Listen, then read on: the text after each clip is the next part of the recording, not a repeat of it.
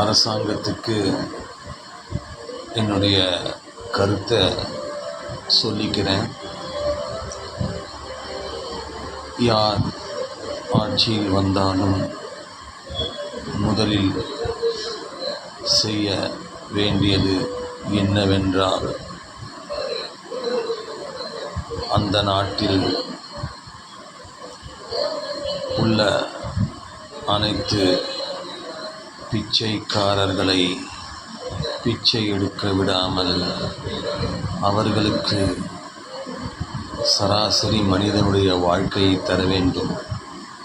இதுதான் சரியான செயல், முதலில் செய்ய வேண்டிய செயல். அவர்கள் முன்னேறினாலே நாடு முன்னேறும். ஏழைகள் முன்னேறினாலே நாடு முன்னேறும். பணக்காரர்களாக இருப்பவர்கள் பணக்காரர்களாக இருந்து கொண்டே இருக்கிறார்கள்.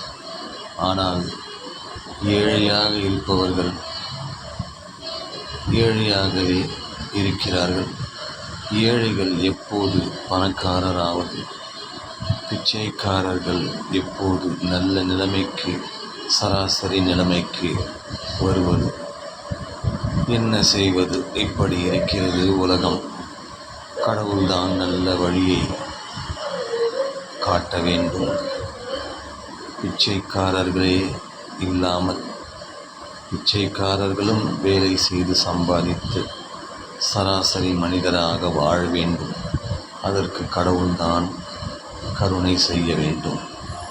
ஓகே, பாய்.